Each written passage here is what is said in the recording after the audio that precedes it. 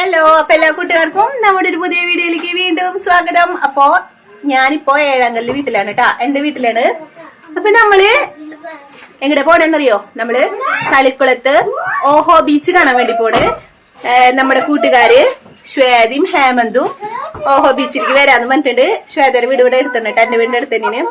അപ്പൊ നമ്മള് ഫസ്റ്റ് ടൈമാണ് ശ്വേതനെയും ഹേമന്തിനെയും മീറ്റ് ചെയ്യാൻ പോണ്. യൂട്യൂബിലും വീഡിയോസിലൊക്കെ കാണും, പക്ഷെ അങ്ങനെ അല്ലാണ്ട് നമ്മൾ ഫസ്റ്റ് ടൈമിന് നേരിട്ടിട്ട് മീറ്റ് ചെയ്യാൻ പോണത്. അപ്പൊ ആബിയേട്ടനും പിള്ളേരും റെഡി ആയിട്ട് നിൽക്കുന്നുണ്ട്, ഞാനും റെഡി ആയിട്ടുണ്ട്. കാറിൽ പോണില്ല, ഓഹോ ബീച്ചിൽ തിരക്കുണ്ടോന്ന് അറിയില്ലല്ലോ. എന്തായാലും ക്രിസ്മസിന് നല്ല തിരക്കുണ്ടായിരിക്കും. അപ്പൊ 2 വീലറിൽ പോവാന്ന് വിചാരിച്ചിട്ടുണ്ട്. അപ്പൊ എന്തായാലും പോയിട്ട് വരാം. പോയിട്ടല്ല, ഞാൻ നല്ല എക്സൈറ്റഡ് ആണ് അവരാദ്യമായിട്ട് കാണല്. അപ്പോ വിശേഷം കാണിച്ചു തരാം.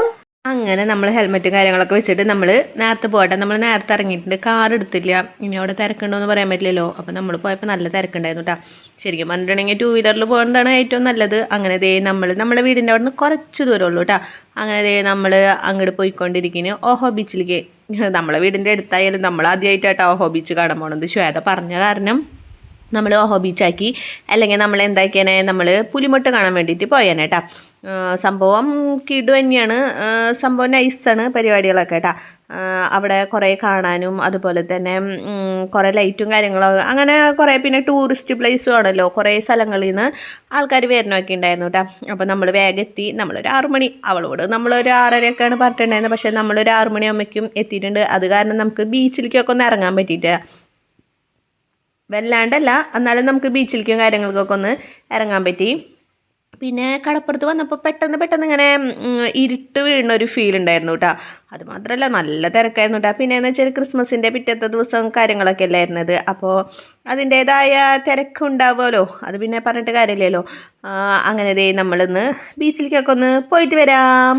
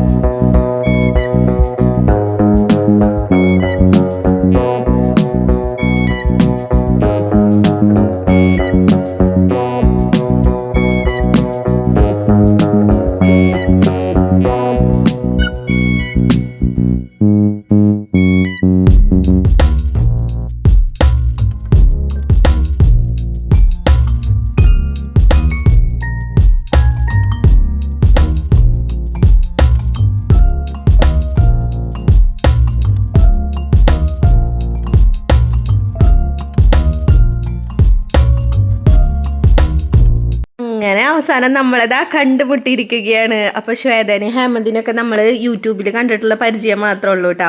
നമ്മൾ നേരിട്ടിട്ട് ആദ്യമായിട്ടാണ് കാണുന്നത്. പക്ഷെ നേരിട്ടിട്ട് ആദ്യമായിട്ട് കാണുന്ന എക്സൈറ്റ്മെൻറ്റും കാര്യങ്ങളൊന്നും ഉണ്ടായില്ല. നമ്മൾ വർഷങ്ങളുടെ പഴക്കമുള്ള ഫ്രണ്ട്സ് കണ്ടുമുട്ടിയ ഒരു ഫീലായിരുന്നു കേട്ടോ എനിക്ക്. എന്താണെന്ന് വെച്ചാൽ നമ്മൾ വാട്സപ്പിലും അതുപോലെ തന്നെ വീഡിയോസും കാര്യങ്ങളൊക്കെ എപ്പോഴെപ്പോഴും നമ്മളിങ്ങനെ കണ്ട് ഇൻട്രാക്ഷൻ ഉള്ളതാണല്ലോ.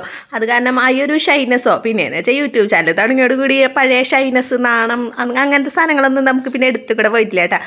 അപ്പോൾ അവർ വരുമ്പോൾ ഇത്തിരി ലേറ്റായി. അവർക്ക് വേറെ എന്തോ ഫംഗ്ഷനും കാര്യങ്ങളൊക്കെ ഉണ്ടായിരുന്നു, ജസ്റ്റ് എന്തോ തിരക്കും കാര്യങ്ങളൊക്കെ ഉണ്ടായിരുന്നു കേട്ടോ. അപ്പോൾ അങ്ങനെ അഭിയേട്ടനാണ് നമുക്ക് വീഡിയോ എടുത്ത് തന്നെ. അതിൻ്റെ ഇടയിൽ നമ്മൾ കുറേ സെൽഫിയും കാര്യങ്ങളൊക്കെ എടുത്തു. പിന്നെ നമ്മൾ എന്ത് ചെയ്തു, ഫുഡ്, അവിടുത്തെ നൈറ്റ് ഫുഡ് എക്സ്പ്ലോർ ചെയ്യേണ്ട സൂപ്പറാണ് കേട്ടോ. അങ്ങനെ നമ്മൾ കുറേ നേരം അവിടെ ഇരുന്ന് സംസാരിക്കുകയൊക്കെ ചെയ്തു കേട്ടോ. കുറേ നേരം ഇരുന്ന് സംസാരിച്ചു, അവിടുത്തെ ഫുഡ് കഴിച്ചു. പിന്നെ കുറേ ആഭ്യന്തര കാര്യങ്ങൾ, യൂട്യൂബിൻ്റെ കാര്യങ്ങൾ, അങ്ങനെ കുറേ സംസാരിച്ച് സമയം പോയതായിരുന്നില്ല. അപ്പോൾ ഇന്നത്തെ വിശേഷങ്ങൾ ഇത്ര ഉള്ളൂ കേട്ടോ. അപ്പം നമ്മൾ പോവുകയാണ്.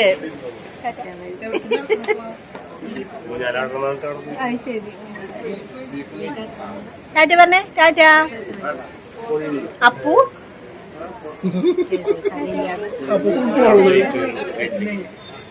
Bye bye.